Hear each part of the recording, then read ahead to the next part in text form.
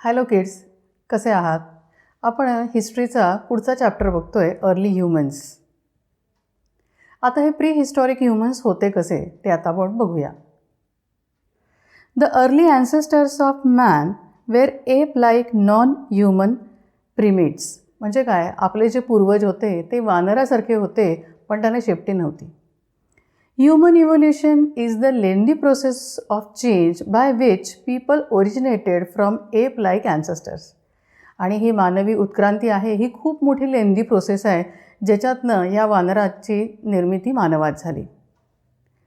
Physical and behavioral traits shared by all people originated from ape-like ancestors evolved over million years. आणि हे जे physical आणि behavioural traits जे आहेत सगळ्या लोकांचे, हे या आपल्या ॲन्सेस्टरकडनंच आले, पण हे सगळं व्हायला त्याला मिलियन इयर्स जावी लागली. ब्रिटिश नॅचरलिस्ट चार्ल्स डार्विन्स यांनी 2 पुस्तकं लिहिली. त्याच्यामध्ये आहे द डिसेंट ऑफ मॅन आणि दुसरं आहे द ओरिजिन ऑफ स्पेसिस. ह्या 2 पुस्तकांचा आपल्याला खूप मोठा आधार आहे हे अर्ली ह्युमन्स कसे होते त्याच्यासाठी. आता अँथ्रोपोलॉजिस्ट आणि आर्किओलॉजिस्टचा रोल काय आहे आपण बघूया. The primary resources for describing the human evolution process are the fossils specimens. पूर्वीचे जे आपल्याला रिसोर्सेस होते त्याच्यामध्ये फॉसिल स्पेसिमन्स. आता फॉसिल म्हणजे काय, तुम्हाला मागच्या चॅप्टरमध्ये झाले बघा, जे बरीच झालेले असतात स्टोनमध्ये किंवा सॉईलमध्ये. तर त्या स्पेसिमनवरनं आपल्याला हा एक प्रायमरी सोर्स आहे असं समजलं जायचं. Crucial evidences about the ancient past provided by the early human fossils and archaeological remains. आणि याला मोठी मदत कशाची झाली, या फोसिल्स बरोबर आर्किओलॉजिकल रिमेन्सची सुद्धा झाली. मग त्यात काय काय होतं, बोन्स होते, टूल्स होते आणि इतर काही इव्हिडन्स होते, म्हणजे जशी फूटप्रिंट होती पूर्वीच्या लोकांची, त्याच्यावरनं पण ही लोकं कशी होती हे आपण ओळखू शकतो. Remains are buried and preserved naturally. आता हे रिमेन्स होते ते इतके वर्ष गेल्यामुळे आपोआपच जमिनीत गाडले गेलेले होते आणि नॅचरली प्रिझर्व झाले होते. They are then found either on the surface. मग ते कधीकधी आपल्याला ह्याच्यात पृष्ठभागावर सापडले कशामुळे, तर पाऊस असेल, त्याच्यानंतर नदी असेल, विंड इरोजन झालं असेल, या सगळ्यामुळं ते सरफेसवरती आले, किंवा काही ठिकाणी आपण ग्राउंडमधनं ते डिगिंग करून काढले. Scientists know that the physical appearance of the earlier human and how it changes by studying fossilized bones.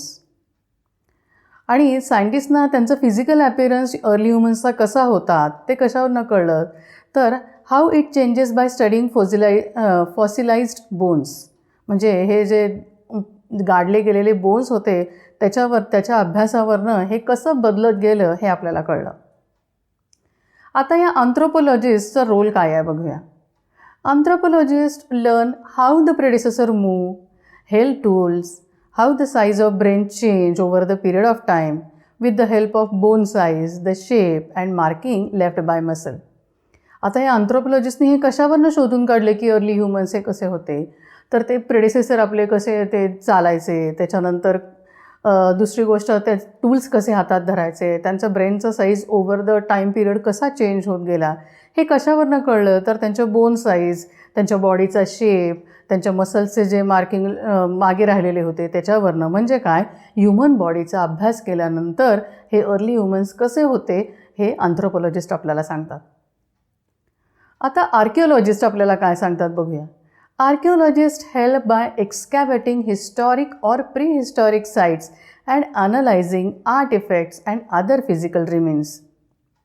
म्हणजे अँथ्रोपोलॉजिस्टनी कसं केलं, ह्युमनच्या बॉडीचा अभ्यास केला, तर आर्किओलॉजिस्टनी जे आर्टिफॅक्ट म्हणजे ऑब्जेक्ट्स बनवले होते, ते भांडी होती, टूल्स होते आणि शिवाय काही फिजिकल रिमेन्स होते जे आपण म्हणतो ना एक्सकॅव्हेशन करून काढलेले होते, हाडांचे सापळे होते, आणि ह्या सगळ्या वस्तूंचा अभ्यास करून ह्या आर्किओलॉजिस्टनी आपल्याला अर्ली ह्युमन्स कसे होते हे सांगितलं. आता हे किती जुने होते हे कशावरनं अभ्यास करायचं, तर त्याच्यासाठी काही डेटिंग टेक्निक्स आहेत.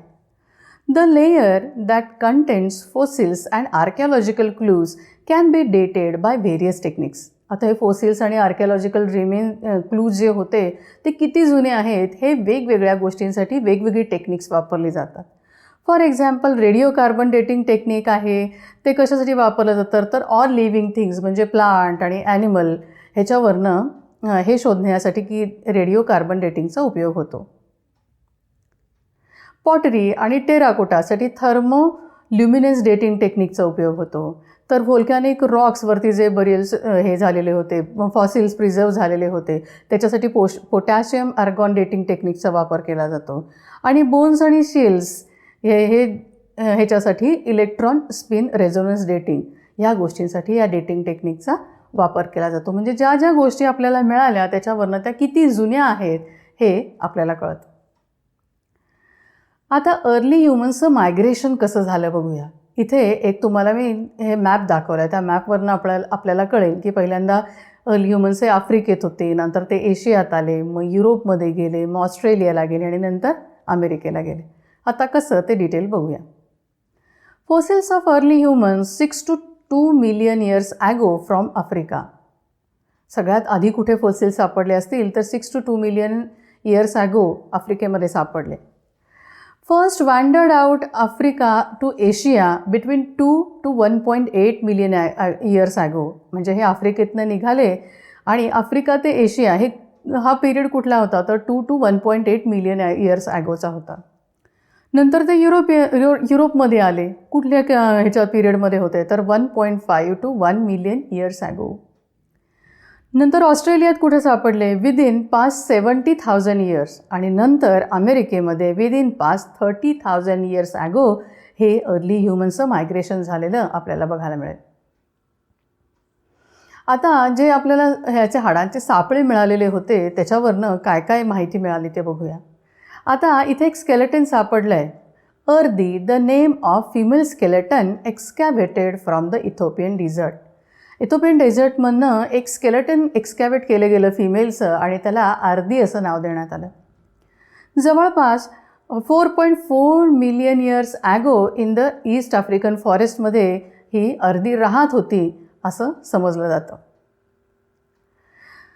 ती किती उंच होती तर 121.9 सेंटीमीटर ती उंच होती आणि तिचं वजन 49.89 kg एवढं होतं. इथे चित्रात पण दाखवलेत बघा. तिचे लॉंग आर्म्स आहेत आणि शॉर्ट लेग्स आहेत. तिच्या बिग टोचा उपयोग तिला कशासाठी होता झाडांवरती चढणे किंवा झाडांच्या साली काढणे म्हणजे स्केलिंग द ब्रांचेस त्याच्यासाठी होत होता. आणि ती मॅक्सिमम तिचं काम जे काही होतं ना म्हणजे इटिंग असेल, स्लीपिंग असेल, तिच्या यंग वन्सना वाढवणं असेल, हे सगळं काम ती झाडावरती करत होती. आता हे स्टोन एज आहे ते 3 पिरियड्समध्ये डिव्हाइड केले. तर कसं ते बघूया. Man used tools, started living in caves, hunted animals, lived in settlements and finally became the man of modern age. माणसाने काय काय केलं. आधी टूल्स वापरायला सुरुवात केली, मग केव्जमध्ये राहायला सुरुवात केली, मग ॲनिमलचं हंटिंग सुरू केलं आणि नंतर सेटलमेंट्स म्हणजे एका ठिकाणीच राहायला सुरुवात केली आणि नंतर तो आत्ताचा मॉडर्न एजचा मॅन झाला. On the basis of stone tools use by man. आता हे जे स्टोन टूल्स ही माणसं वापरत होती त्याच्यावरनं ह्या स्टोन एजचे 3 पार्टमध्ये पिरियडमध्ये डिव्हाइड केलं आहे त्याला. पहिलं आहे पेलिओलिथिक एज ज्याला ओल्ड स्टोन एज म्हणतात. नंतर मेझोलिथिक एज त्याला मिडल स्टोन एज म्हणतात आणि निओलिथिक एज त्याला न्यू स्टोन एज म्हणतात. जशी जशी माणसाची ग्रोथ होत गेली तसं तसं त्या पिरियडला एक ठराविक कालावधी त्याचा डिसाईड केला आणि त्या पिरियडवरनं ती माणसं कुठल्या एजमध्ये होती हे आपण ओळखू शकतो. आता पहिलं बघूया पॅलिओलिथिक एज ज्याला आपण ओल्ड स्टोन एज म्हणतो. त्याचा पिरियड आहे 5 लाख BCE to 10,000 BCE. आता ह्या काळात लोक टूल्स कुठली वापरत होती बघूया. Crude and unpolished stone tools, hammers, x head म्हणजे काय अगदी जसे दगड त्यांच्याकडे अवेलेबल होते तसे दगड, त्याला पॉलिश केलेलं नाही, शेप दिलेलं नाही, असे स्टोन्स ते वापरत होते. आणि त्याच्यामध्ये 2 गोष्टी होत्या, एक हॅमर्स पण होते आणि एक्स म्हणजे ज्याला आपण कुऱ्हाड म्हणतो. हे कशासाठी वापरत होते तर cutting trees, killing and skinning animals and chopping and digging up roots ह्याच्यासाठी ह्या दगडांचा ते वापर करत होते. आता यांचं फूड कुठलं होतं बरं. Hunting and food gathering and fishing was the main source of food. Hunting होतं, त्याच्यानंतर फूड गॅदरिंग, कारण मनुष्य कशासाठी अन्न गोळा करायसाठी हिंडत होता, आणि नंतर फिशिंग हा त्यांच्या फूडचा मेन सोर्स होता. आता हे जी लोकं होती ती राहत कुठं होती बघा, गुहेत राहत होती आणि झाडांच्या वर पण राहत होती. हे त्यांची 2 ठिकाणं राहायची होती. आता तेव्हा आत्तासारखे कपडे नव्हते, मग तेव्हा ती काय वापरत होती? They wore bark of trees, leaves and animal skin to protect from heat, cold and rain. आता खूप हे होती, गरमी खूप होती, त्याच्यानंतर थंडी खूप होती, पाऊस खूप होता. ह्याच्यापासून बचाव करण्यासाठी ही काय करायची? झाडांच्या साली, त्याच्यानंतर झाडांची पानं, त्याच्यानंतर ॲनिमल स्किन हे प्रोटेक्शनसाठी वापरायची. मग यांचं सोशल लाईफ कसं होतं? लिव्ड इन स्मॉल ग्रुप, छोट्या छोट्या ग्रुपमध्ये राहायचे, पण सगळीकडं अन्नाच्या शोधामध्ये हे भटकत राहायचे. इकॉनॉमिक लाईफ कसं होतं यांचं? हंटिंग अँड फूड गॅदरिंग हा सगळ्यात महत्त्वाची गोष्ट तेव्हा होती. आता काही स्पेशल फीचरसुद्धा आहे बरं का या एजचं.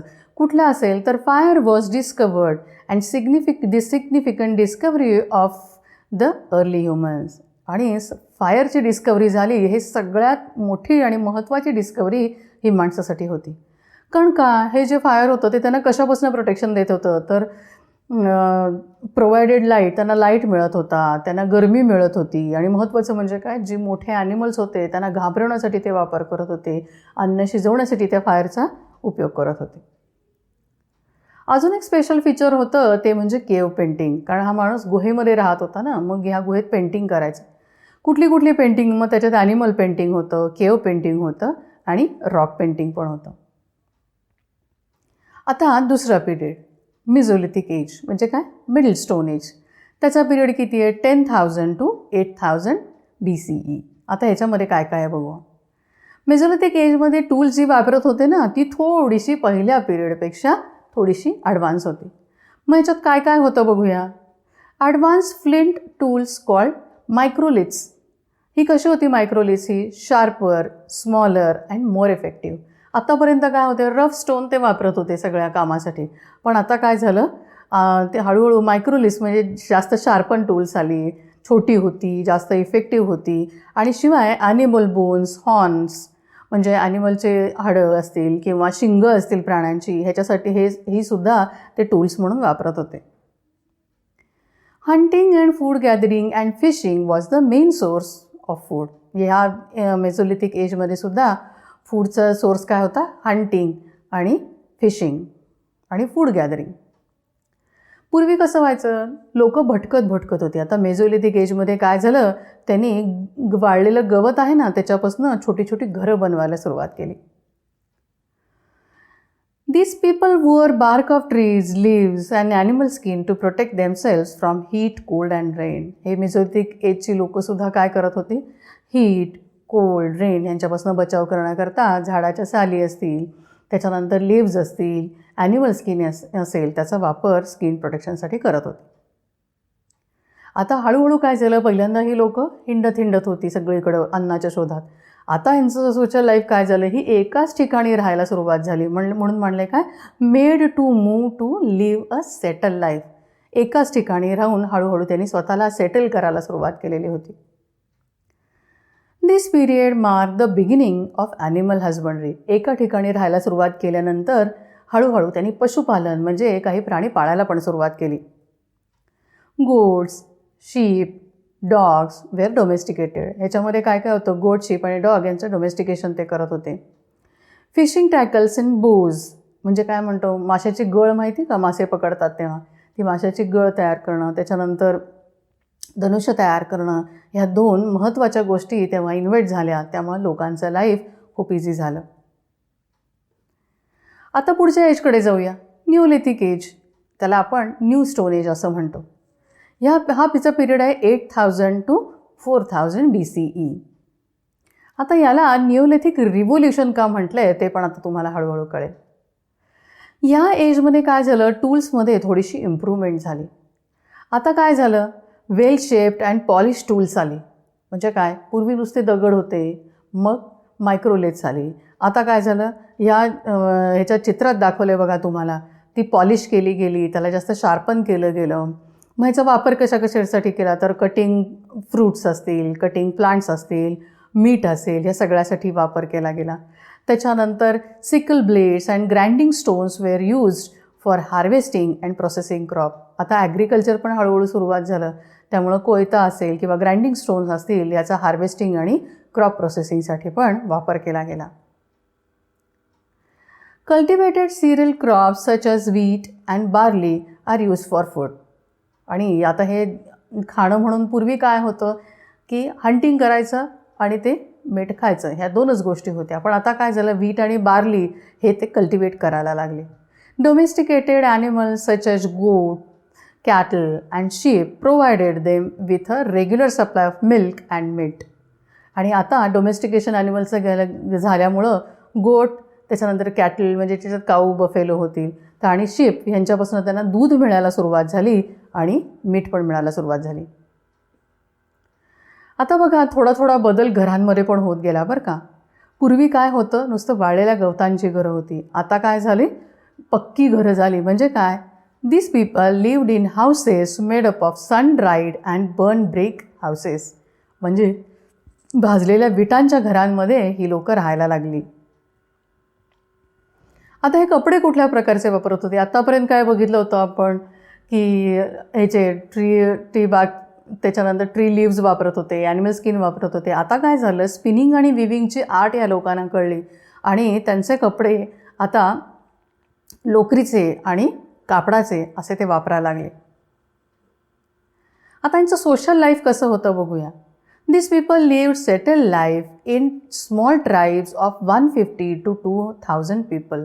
आता हळूहळू काय झालं, ही भटकत होती. मग त्याच्यानंतरच्या काळामध्ये काय झालं, एकाच ठिकाणी राहायला लागली. आता एकाच ठिकाणी जवळपास 150 to 2,000 पीपल अशी एकत्र राहायला लागली. Agriculture was started in this period. Economic लाईफमध्ये जरा बघूया आपण की ह्या कालावधीमध्ये ॲग्रिकल्चरला सुरुवात झालेली होती. Bullocks, donkeys, horses were use to plough the field. आणि शेताची नांगरणी करण्याकरता त्यांना मदत कोणाकोणाची होत होती, तर बुलक्सची होत होती, डॉंकीजची होत होती आणि हॉर्सेसची पण होत होती. आता या नेलिथिक एजचं स्पेशल फीचर काय असेल, तर व्हील. आणि ह्या व्हीलचं डिस्कवरी झाल्यामुळे खूप गोष्टी इझी झाल्या या लोकांसाठी. A major milestone in the evolutionary history of mankind. मग अशी आपण बघितलं रिव्होल्युशन का म्हटलं ते. काय काय बदल झाला बघूया ह्या व्हील्समुळे. The wheel was use to make pottery, transportation of heavy objects as well as humans. म्हणजे भांडी बनवायला ह्याची व्हील्सचं मदत झाली. त्याच्यानंतर हेवी ऑब्जेक्ट्सचं ट्रान्सपोर्टेशन करायला सोपं गेलं. माणसांची वाहतूक करायला सुद्धा ह्या व्हील्सचा उपयोग झाला. Clay pots were made and even decorated with floral and geometric design. इथे चित्रात दाखवलेत बघा काही तुम्हाला. काही ह्या क्लेपासून त्यांनी पॉट बनवायला सुरुवात केली आणि त्याच्यावर फ्लोरल डिझाईन, काही जिओमेट्रिक शेप होते तशी डिझाईन्स करायला सुरुवात केली. आणि ह्या पॉटचा उपयोग कशासाठी करायचे, तर ग्रेन स्टोअर करायला, पाण्यासाठी किंवा जेवण बनवायला, ह्या सगळ्या मातीच्या भांड्यांचा ते वापर करत होते. आता पुढचं एज म्हटलं जातं कॅल्कोलिथिक एज. म्हणजे काय, त्याला कॉपर स्टोन एज असं सुद्धा म्हणतात. This age is distinguished by stone and copper tools. कारण ह्या काळामध्ये स्टोनची टूल्स होतीच, पण कॉपरचा शोध लागल्यामुळे कॉपरची टूल्स पण तयार झाली. Protohistoric age as different from stone age which lacked knowledge of metal and script.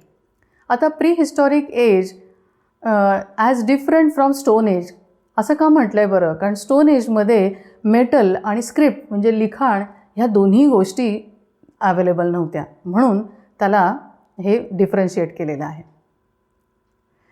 Use of copper for making of art effect. काही इथं भांडी दाखवली आहेत बघा, आणि ही कॉपरची भांडी ह्या कॅल्कोलिथिक एजमध्ये बनवायला सुरुवात केलेली होती आणि वेगवेगळ्या प्रकारचे ऑब्जेक्ट्स पण.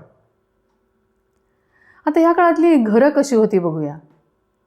ही घरं होती ती कशी होती, rectangular and circular having one room. आता त्याला शेप देण्यात आला होता. रेक्टँग्युलर किंवा सर्क्युलर शेपमध्ये असायची आणि एक रूम असायची.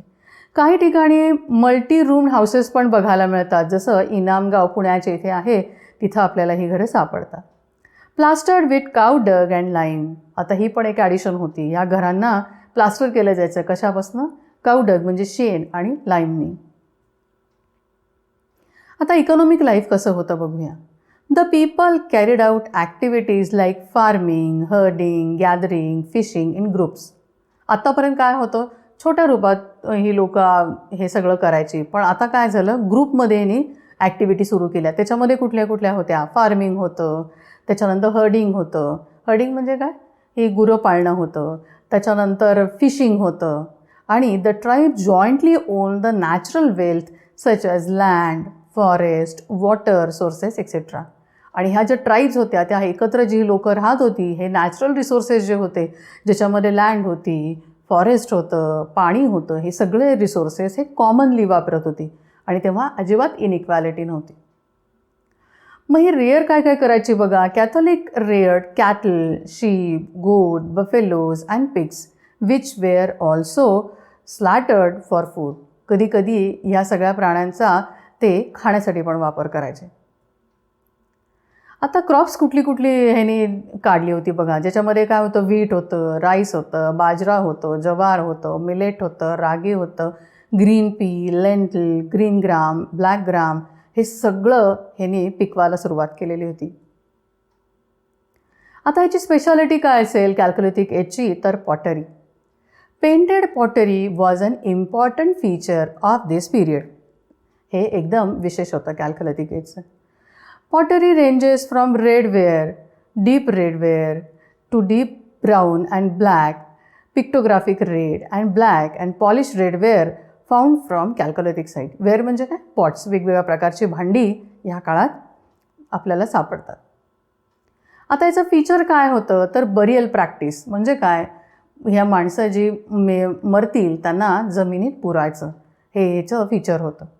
Burial practice was another remarkable feature of this age. The dead were buried in a particular direction all over a particular area. ठराविक एरियामध्ये ही लोक ठराविक डिरेक्शनलाच ह्या जी काही मेलेली लोक असतील त्यांना पुरायचे.